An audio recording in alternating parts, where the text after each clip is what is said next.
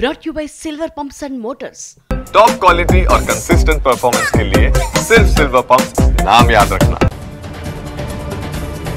Japan లో పర్యటిస్తోంది CM Revanth Reddy బృందం. టోక్యోలోని 100 ఏళ్ల నాటి ఇండియా హౌస్ లో భారత రాయబారి షిబు జార్జ్ తో సమావేశమయ్యారు. ఈ సందర్భంగా సీఎం బృందానికి విందు ఏర్పాటు చేశారు. DMK MP Kanimozhi, Congress MP రఘువీర్ రెడ్డి, మాజీ మంత్రి ఎంపీ నెపోలియన్, పలువురు అధికారులు ఈ విందులో పాల్గొన్నారు. సీఎం రేవంత్ బృందం ఈ నెల 22 వరకు జపాన్ లో పర్యటిస్తోంది. Tokyo, Osaka, Hiroshima, Mount Fuji ప్రాంతాల్లో పర్యటిస్తారు.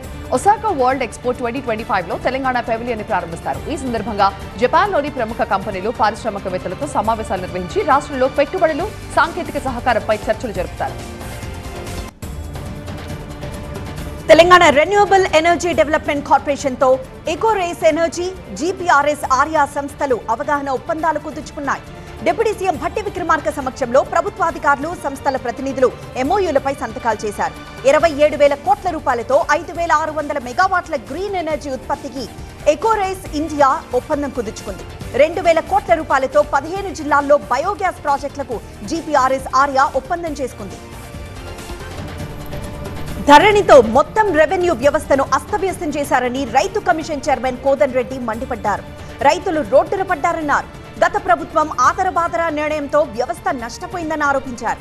ఇలాంటి తప్పిదాలని సరిదిద్దాలని చట్టం, భూభారతి పోర్టల్ మెయింటైన్ చేసే కంపెనీని మార్చడం జరిగిందన్నారు.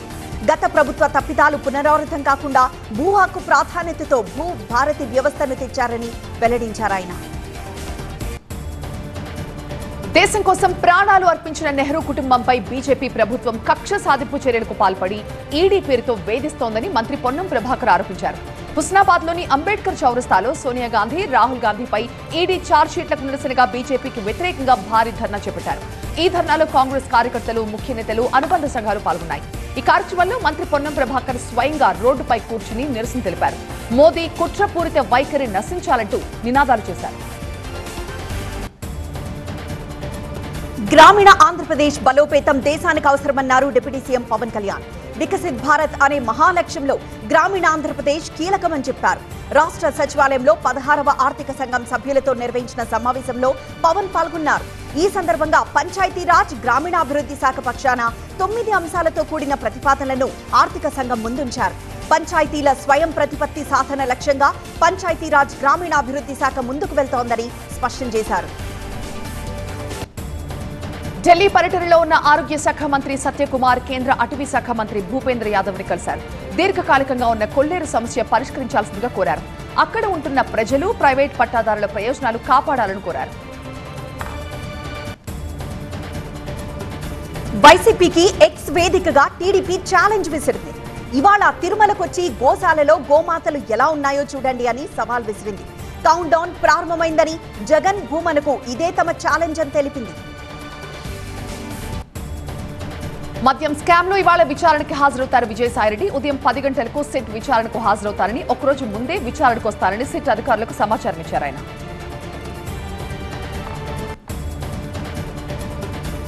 ఏపీలో నామినేటెడ్ పదవుల పండుగ మళ్లీ మొదలైంది. మరోసారి తాజాగా 30 వ్యవసాయ మార్కెట్ కమిటీలకు చైర్మన్లను ప్రభుత్వం ప్రకటించింది. అభ్యర్థుల ఎంపికలో ప్రజాభిప్రాయానికి ప్రాధాన్యత ఇచ్చినట్లు తెలిపింది. ఇందులో 30 స్థానాల్లో టీడీపీకి 25, జనసేనకు 4, బీజేపీకి 1 కేటాయించింది. త్వరలోనే మిగిలిన మార్కెట్ కమిటీల చైర్మన్లను భర్తీ చేయనున్నట్లు తెలిపింది. తప్పుడు ప్రచారమే జగన్ పార్టీ అభిమతమన్నారు మంత్రి గుమ్మడి సంధ్యారాణి. ఫేక్ ప్రచారాలతో జనంలో గందరగోళం సృష్టిస్తున్నారని తెలిపారు. మరో ఛాన్స్ కోసం అన్ని కుట్రపూరిత ప్రచారాలు చేస్తున్నారంటూ మండిపడ్డారు. టీటీడీ గోశాలపై తప్పుడు ప్రచారం చేస్తూ ప్రజల మనోభావాలతో ఆటలాడుతున్నారన్నారు. వక్ఫ్ బోర్డు బిల్లుపై లోక్సభలో ఒకలాగా, రాజ్యసభలో మరొకలాగా, కోర్టులో ఇంకో విధానం అంటూ ప్రశ్నించారు. వెలిగొండ ప్రాజెక్టుపై సమీక్షించారు మంత్రి నిమ్మల రామానాయుడు. లక్ష్యానికి అనుగుణంగా వెలిగొండ పనులు పూర్తి చేయకుండా అలసత్వం ప్రదర్శిస్తున్నారంటూ కాంట్రాక్ట్ సంస్థ, ఇంజనీరింగ్ అధికారులపై మండిపడ్డారు. ఈ నెలలో 432 మీటర్ల లైనింగ్ పనులు పూర్తి చేయాల్సిందని, కానీ కేవలం 72 మీటర్లు మాత్రమే చేశారన్నారు. 2026 జూన్ నాటికి ప్రాజెక్టును పూర్తి చేయాలన్నది సీఎం చంద్రబాబు లక్ష్యమన్నారు. ఆలోగా పనులు పూర్తి చేసేలా వేగాన్ని పెంచాలని అధికారులను మంత్రి ఆదేశించారు. నంద్యాల జిల్లా పాణ్యంలో అక్రమంగా నిలువుంచిన రేషన్ బియ్యం గోడౌన్లో ఎంపీ శబరి ఆకస్మికంగా తనిఖీలు చేశారు. కాటసాని రాంభూపాల్ రెడ్డి తండాలో అక్రమంగా నిల్వొన్న 500 క్వింటాళ్ల బియ్యం అధికారులకు పట్టించారు. అలాగే తమ్మరాజుపల్లిలో అక్రమంగా నిల్వించిన 1000 క్వింటాళ్ల రేషన్ బియ్యం గోడౌన్ ని పరిశీలించి అధికారులకు అప్పగించారు. రేషన్ బియ్యం అక్రమ రవాణాపై పక్కదారి పట్టడంపై ఎంపీ అధికారులపై ఆగ్రహం వ్యక్తం చేశారు. ఇప్పటికైనా రేషన్ బియ్యం పేదలకు అందేలా చూడాలని సూచించారు. గ్రేటర్ హైదరాబాద్ మహానగరంలో జలమండలి సరఫరా చేసే నీటిని అక్రమ మోటార్లతో తోడుతున్న వారిపై జలమండలి ఎండీ అశోక్ రెడ్డి దృష్టి సారించారు. మోటార్ ఫ్రీ ట్యాప్ డ్రైవ్ లో భాగంగా క్షేత్రస్థాయిలో పర్యటించారు. ఎస్ఆర్ నగర్లోని మధురానగర్ పరిసర ప్రాంతాల్లో ఆయన పర్యటించారు. లో ప్రెషర్ తలెత్తుతున్న ప్రాంతాల్లో ఇంటింటికి వెళ్లి తనిఖీలు చేశారు. కొంతమంది వినియోగదారుల ఇళ్లలో అక్రమంగా వినియోగిస్తున్న మోటార్లను సీజ్ చేసి వారికి జరిమానాలు విధించారు. ఇంకొకసారి ఇలాంటి తప్పు చేస్తే క్రిమినల్ కేసులు బుక్ చేస్తామని హెచ్చరించారు. ప్రాజెక్టులో పవర్ ప్లాంట్ల నిర్మాణం పేరుతో గిరిజనులను నిర్వాసితులను చేసి తరిమేసిన పరిస్థితులు శ్రీకాకుళం జిల్లాలో తలెత్తుతున్నాయన్నారు ఆదివాసీ అధికార రాష్ట్రీయ మంచ్ జాతీయ కో చైర్మన్ మీడియం బాబురావు. వాటికి వ్యతిరేకంగా గిరిజనులు కలిసికట్టుగా పోరాడాలంటూ పిలుపునిచ్చారు. ఏపీలో ప్రతి పార్లమెంట్ స్థానాన్ని ఒక్క జిల్లాగా చేయడం వల్ల గిరిజన ప్రాంతాలకి కొంత నష్టం జరిగిందన్నారు. ఉమ్మడి శ్రీకాకుళం జిల్లా సీతంపేటలో ఐటీడీఏ ఉండేదని, జిల్లాల విభజన తర్వాత మన్యం జిల్లాలోకి వెళ్లిపోవడంతో తమ జిల్లాకు ఇప్పుడు ఐటీడీఏ లేకుండా పోయిందని తెలిపారు. రాష్ట్ర ప్రభుత్వం చేపట్టనున్న కొలువుల జాతరలో టైపిస్ట్ స్టెనోగ్రాఫర్ పోస్టులను భర్తీ చేయాలని Telangana recognised type writing shorthand and computer association విజ్ఞప్తి చేసింది. గత 10 ఏళ్లుగా టైపిస్ట్ స్టెనోగ్రాఫర్ పోస్టుల భర్తీలో తీవ్ర జాప్యం జరిగిందని, దానివల్ల టైప్ రైటింగ్ పై ఆధారపడ్డ నిరుద్యోగులు అన్యాయానికి గురయ్యారని అసోసియేషన్ అధ్యక్షుడు సతీష్ బాలిగా అన్నారు. గ్రూప్ 3, 4 పోస్టులలో టైపిస్టులకు ప్రాధాన్యత కల్పించాలని కోరారు. హైదరాబాద్ ఇందిరా పార్క్ ధర్నా చౌక్ వద్ద కాంట్రాక్ట్ అసిస్టెంట్ ప్రొఫెసర్లు మహాధర్నా నిర్వహించారు. రాష్ట్రంలోని 12 యూనివర్సిటీల్లో పనిచేస్తున్న కాంట్రాక్ట్ అసిస్టెంట్ ప్రొఫెసర్లను క్రమబద్ధీకరించాలంటూ డిమాండ్ చేశారు.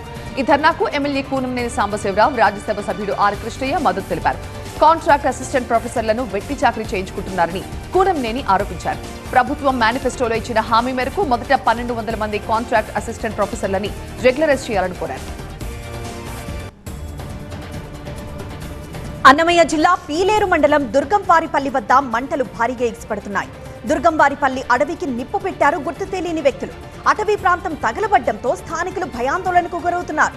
చెలరేగుతున్న మంటలతో అడవిలోని మూగ జంతువుల పరిస్థితిపై ఆందోళన వ్యక్తం చేస్తున్నారు. పెద్దపల్లి జిల్లాలో అకాల వర్షానికి అపార నష్టం వాటిల్లింది. కాల్వ శ్రీరాంపూర్ మండలం పెద్దరాతుపల్లి, చిన్నరాతుపల్లి, కాల్వ శ్రీరాంపూర్ గ్రామాల్లో భారీ ఈదురుగాలులు, అకాల వర్షానికి మామిడి, వరి పంట పూర్తిగా దెబ్బతింది. పంట చేతికొచ్చే సమయంలో అకాల వర్షంతో మామిడికాయలు పూర్తిగా నేల రాలిపోయాయి. కోతకు వచ్చిన వరి పంట కూడా పూర్తిగా నేల కొరిగి గింజలు రాలిపోయాయి. 250 ఎకరాల్లో పంట నష్టం వాటిల్లిందని ప్రభుత్వం పరిహారం అందించి తమని ఆదుకోవాలని రైతులు వేడుకుంటున్నారు. శ్రీ సత్యసాయి జిల్లా ఎర్రమంచి వద్ద ఉన్న కియా కార్ల పరిశ్రమలో జరిగిన కార్ల ఇంజన్ల మిస్సింగ్ కేసులో దర్యాప్తు ముమ్మరం చేశారు పోలీసులు. 8 మందిని అరెస్ట్ చేసి పెనుగొండ కోర్టులో హాజరుపరచగా నిందితులకు 14 రోజుల రిమాండ్ విధించారు. పలు సెక్షన్ల కింద కేసు నమోదు చేశారు. నిందితుల్లో 7 తమిళనాడుకు చెందిన వ్యక్తులు, ఒకరు ఏపీకి చెందిన వ్యక్తిగా గుర్తించారు. అరెస్టు విషయం తెలుసుకున్న తమిళనాడుకు చెందిన నిందితుల కుటుంబ సభ్యులు పోలీస్ స్టేషన్ వద్దకు చేరుకున్నారు. స్టేషన్ బయట పడిగాపులు కాశారు. రాష్ట్ర వ్యాప్తంగా సంచలనం సృష్టించిన నల్లగొండ కలర్ ల్యాబ్ సురేష్ హత్యను పోలీసులు ఛేదించారు. కూతురు అల్లుడు వివాదానికి అల్లుడి సోదరుడే కారణమని భావించిన ఒక మాజీ రిటైర్డ్ ఎక్సైజ్ ఆఫీసర్ సుపారితో స్కెచ్ వేశాడు. చివరికి పోలీసులకు చిక్కి కటకడాలు వెనక్కెళ్లాడు. ఈ కేసులో 4 నిందితుల్ని అరెస్ట్ చేయడంతో పాటుగా కార్, 2 బైకులు, అలాగే 6 సెల్ ఫోన్లని స్వాధీనం చేసుకున్నారు పోలీసులు. హైదరాబాద్లోని కుకట్పల్లి బాలాజీనగర్లో సంకష్టహర చతుర్థిని పురస్కరించుకుని శ్రీ వరాహసిద్ధి వినాయక స్వామి దేవస్థానంలో ప్రత్యేక పూజలు నిర్వహించారు. స్వామివారికి పంచామృత అభిషేకం, అలంకారం, తీర్థ ప్రసాద వితరణ నిర్వహించారు. అనంతరం అన్న ప్రసాద వితరణ కార్యక్రమాన్ని జ్యోతిర్మయి క్యాటరర్ సుధీర్ ఆధ్వర్యంలో నిర్వహించారు. ఈ కార్యక్రమంలో పెద్ద సంఖ్యలో భక్తులు పాల్గొని స్వామివారి ఆశీస్సులు తీసుకుని అన్న ప్రసాదాన్ని స్వీకరించారు. ప్రకాశం జిల్లా మార్కాపురంలోని శ్రీ లక్ష్మీ చెన్నకేశవ స్వామి దేవస్థానంలో బ్రహ్మోత్సవాలు ఘనంగా జరుగుతున్నాయి. ఉత్సవాల్లో భాగంగా 6వ రోజు వ్యాళి వాహనంపై శ్రీ వామన అలంకరణలో స్వామివారు 4 మాడవీధుల్లో విహరిస్తూ భక్తులకు దర్శనమిచ్చారు. వ్యాళి వాహనంపై ఊరేగుతున్న స్వామివారిని దర్శించుకోవడానికి భక్తులు పెద్ద ఎత్తున తరలివచ్చారు. దేవస్థాన ఆధ్వర్యంలో సాంస్కృతిక కార్యక్రమాలు నిర్వహించారు. యాదాద్రి భువనగిరి జిల్లాలో భారీగా గంజాయి పట్టుబడింది. 24 ప్యాకెట్లలో అమర్చిన 51 కిలోల గంజాయిని భువనగిరి పోలీసులు స్వాధీనం చేసుకున్నారు. సీజ్ చేసిన మొత్తం గంజాయి విలువ 14,50,000 రూపాయలుంటుందని తెలిపారు. గంజాయి రవాణా చేస్తున్న ముగ్గురు నిందితులు మహమ్మద్ అమీర్, మహమ్మద్ ఇస్మాయిల్ ని అదుపులోకి తీసుకున్నట్టుగా తెలిపారు. బాషా అని మరొక నిందితుడు పరారీలో ఉన్నాడు. నిందితుల నుంచి కారు, 3 సెల్ ఫోన్లు స్వాధీనం చేసుకున్నట్లుగా పోలీసులు వెల్లడించారు. మహబూబాబాద్ జిల్లా కేసముద్రంలోని మహాలక్ష్మి ట్రేడర్స్ లో దొంగతనానికి పాల్పడిన వ్యక్తిని అరెస్ట్ చేశారు పోలీసులు. అతని వద్ద నుంచి 5 లక్షల రూపాయల నగదు, ఒక బైక్, 2 బంగారం రింగులు, ఒక వెండి బ్రాస్లెట్, మొబైల్ ఫోన్ ని స్వాధీనం చేసుకున్నారు. నిందితుడిని రిమాండ్కు తరలిస్తున్నామని డీఎస్పీ తిరుపతిరావు వెల్లడించారు. మిర్చి ధరలు పడిపోవడంతో రైతులు ఆందోళనకి గురవుతున్నారు. గుంటూరు మిర్చి యార్డులో రైతులు రోడ్డుపై బైఠాయించి నిరసనకు దిగారు. ప్రభుత్వం వెంటనే జోక్యం చేసుకుని మద్దతు ధరకు మిర్చిని కొనుగోలు చేయాలంటూ డిమాండ్ చేస్తున్నారు. వక్ఫ్ చట్టానికి సంబంధించి 3 అంశాలపై మధ్యంతర ఉత్తర్వులు జారీ చేసేందుకు సుప్రీంకోర్టు సిద్ధమైంది. వక్ఫ్ చట్టాన్ని వ్యతిరేకిస్తూ దాఖలైన పిటిషన్లపై అత్యున్నత న్యాయస్థానంలో వాదనలు జరిగాయి. మధ్యంతర ఉత్తర్వులు ఇచ్చేందుకు ప్రధాన న్యాయమూర్తి జస్టిస్ సంజీవ్ ఖన్నా సిద్ధమైనప్పుడు ఇప్పుడే వద్దని సొలిసిటర్ జనరల్ తుషార్ మెహతా ఇతర ప్రతివాదుల తరపు న్యాయవాదులు విజ్ఞప్తి చేశారు. దీంతో ఇవాళ మధ్యాహ్నం పిటిషన్లపై వాదనలు వింటామని సుప్రీంకోర్టు తెలిపింది. వక్ఫ్ చట్టాన్ని ఆమోదింపజేయడంలో బీజేపీ నేతృత్వంలోని కేంద్రం యుక్తిగా వ్యవహరించిందని బెంగాల్ సీఎం మమతా బెనర్జీ మరొకసారి మండిపడ్డారు. కోల్కతాలో ఆమె ముస్లిం మత పెద్దలతో సమావేశమయ్యారు. రాజ్యాంగ సవరణ చేయకుండా సాధారణ మెజార్టీతో వక్ఫ్ చట్టాన్ని ఆమోదింపజేసుకుందంటూ ఆగ్రహాన్ని వ్యక్తం చేశారు దీది. బీజేపీ దాని మాతృ సంస్థ ఆర్ఎస్ఎస్ పై చేస్తున్న పోరాటం రాజకీయపరమైంది కాదని, అది సైద్ధాంతికమని విపక్ష నేత రాహుల్ గాంధీ స్పష్టం చేశారు. బీజేపీని ఓడించగల పార్టీ కాంగ్రెస్ ఒక్కటేనని ప్రకటించారు. దానికి మార్గం గుజరాత్ అని తెలిపారు. గుజరాత్లోని మోడాసాలో కాంగ్రెస్ సమావేశంలో రాహుల్ మాట్లాడారు. నేషనల్ హెరాల్డ్ కేసులో బీజేపీపై కాంగ్రెస్ అధ్యక్షుడు తీవ్ర ఆగ్రహాన్ని వ్యక్తం చేశారు. తన పాపాలు కడుపునేందుకు మీ నిరంకుశ సర్కార్ కాంగ్రెస్ ని లక్ష్యంగా చేసుకుందంటూ ఎక్స్ వేదికగా మండిపడ్డారు. బీజేపీ ప్రభుత్వ వైఫల్యాలకు సంబంధించి 5 అంశాల్ని అందులో ఖర్గే ప్రస్తావించారు. ఎన్ఫోర్స్మెంట్ డైరెక్టరేట్ ను రద్దు చేయాలని సమాజ్వాదీ పార్టీ అధ్యక్షుడు అఖిలేష్ యాదవ్ డిమాండ్ చేశారు. ఆర్థిక నేరాలు హ్యాండిల్ చేసేందుకు ఇన్కమ్ ట్యాక్స్, జీఎస్టీ వంటి విభాగాలున్నాయని గుర్తు చేశారు. ఈ విషయాన్ని డిమాండ్ చేయాలని కాంగ్రెస్ ని కూడా కోరతానని అఖిలేష్ తెలిపారు. గురుగ్రామ్ భూముల కేసులో 2వ రోజు రాబర్ట్ వాద్రా ఈడీ విచారణకు హాజరయ్యారు. ఆయన వెంట భార్య ప్రియాంక గాంధీ కూడా వచ్చారు. గతంలో 15 సార్లు విచారణకు హాజరయ్యారని, ఇప్పుడు మళ్లీ విచారణకు పిలవడం ఆశ్చర్యంగా ఉందన్నారు వాద్రా. నేషనల్ హెరాల్డ్ కేసులో సోనియా గాంధీ, రాహుల్ గాంధీ పేర్లను ఛార్జ్షీట్లో చేర్చడాన్ని నిరసిస్తూ దేశవ్యాప్తంగా కాంగ్రెస్ శ్రేణులు నిరసన ప్రదర్శన చేపట్టాయి. ఏజేఎల్ ఆస్తులను బుల్డోజర్లతో కూల్చేయండి అంటూ ఏజేఎల్ కార్యాలయాల ముందు కొందరు భారీ పోస్టర్లు ఏర్పాటు చేశారు. బీజేపీతో పొత్తు కేవలం ఎన్నికల కోసం మాత్రమేనని, సంకీర్ణ ప్రభుత్వ ఏర్పాటు కోసం కాదని అల్లాడీఎంకే ప్రధాన కార్యదర్శి పళనిస్వామి స్పష్టం చేశారు. సంకీర్ణ ప్రభుత్వం గురించి కేంద్ర హోంమంత్రి అమిత్ షా ఏం మాట్లాడలేదని తెలిపారు. సుప్రీంకోర్టు తీర్పు ప్రభుత్వానికి అధికారం ఇవ్వడంతో తమిళనాడు రాష్ట్ర చరిత్రలో తొలిసారిగా యూనివర్సిటీల వీసీలు, రిజిస్ట్రార్లతో సీఎం స్టాలిన్ సమావేశమయ్యారు. తమిళనాడులోని వర్సిటీలకు ఛాన్సలర్ గా కొనసాగిన వర్సిటీల పనితీరును పర్యవేక్షించేందుకు ఎటువంటి అధికారాలు గవర్నర్కు ఉండవు. నేపాల్లో కొత్త సంవత్సర వేడుకలు ఘనంగా జరిగాయి. అక్కడి థిమి పట్టణాన్ని కుంకుమ, సింధూరంతో నింపేశారు. వైశాఖ మాసం 2వ రోజును నేపాలీలు కొత్త సంవత్సరంగా జరుపుకుంటారు. ప్రభాస్ హీరోగా తెరకెక్కుతున్న ఫౌజీ సినిమా అప్డేట్ ఇచ్చారు బాలీవుడ్ సీనియర్ నటుడు మిథున్ చక్రవర్తి. ఈ సినిమాలో కీలక పాత్రలో నటిస్తున్న ఆయన సినిమా బడ్జెట్ 700 కోట్లను వెల్లడించారు. ఇప్పటికే ఓ స్కెడ్యూల్ షూటింగ్ పూర్తి చేసిన మిథున్ జయప్రద కాంబినేషన్ లో సీన్స్ చేశారు. నెక్స్ట్ స్కెడ్యూల్లో ప్రభాస్ తో కలిసి నటించబోతున్నారు. అజిత్ హీరోగా తెరకెక్కిన latest movie good bad ugly. April 10న ప్రేక్షకుల ముందుకొచ్చిన ఈ సినిమా ఘన విజయం సాధించడంతో పాటు గత రికార్డ్స్ ను చెరిపేస్తూ 200 కోట్ల క్లబ్ లోకి ఎంట్రీ ఇచ్చింది. ఇంతటి ఘన విజయాన్ని అందించిన తమిళ ప్రేక్షకులకు కృతజ్ఞతలు తెలుపుతూ థ్యాంక్స్ గివింగ్ మీట్ ను ఏర్పాటు చేసింది చిత్ర unit. Shivaraj Kumar, Upendra lead roles లో తెరకెక్కిన pan India cinema 45. Arjun Janya దర్శకత్వంలో తెరకెక్కిన ఈ సినిమా ఆగస్ట్ 15న ప్రేక్షకుల ముందుకు రాబోతోంది. ఆల్రెడీ పబ్లిసిటీ స్టార్ట్ చేసిన యూనిట్ మేజర్ సిటీస్ లో ప్రమోషన్స్ చేస్తోంది. ఈ కార్యక్రమాల్లో శివన్న, ఉపేంద్ర ఇద్దరు పాల్గొంటున్నారు. ఐపీఎల్లో రాజస్థాన్ రాయల్స్ పై ఢిల్లీ క్యాపిటల్స్ విజయం సాధించింది. ఈ సీజన్లో తొలి సూపర్ ఓవర్లో ఆడి ఢిల్లీ గెలుపొందింది.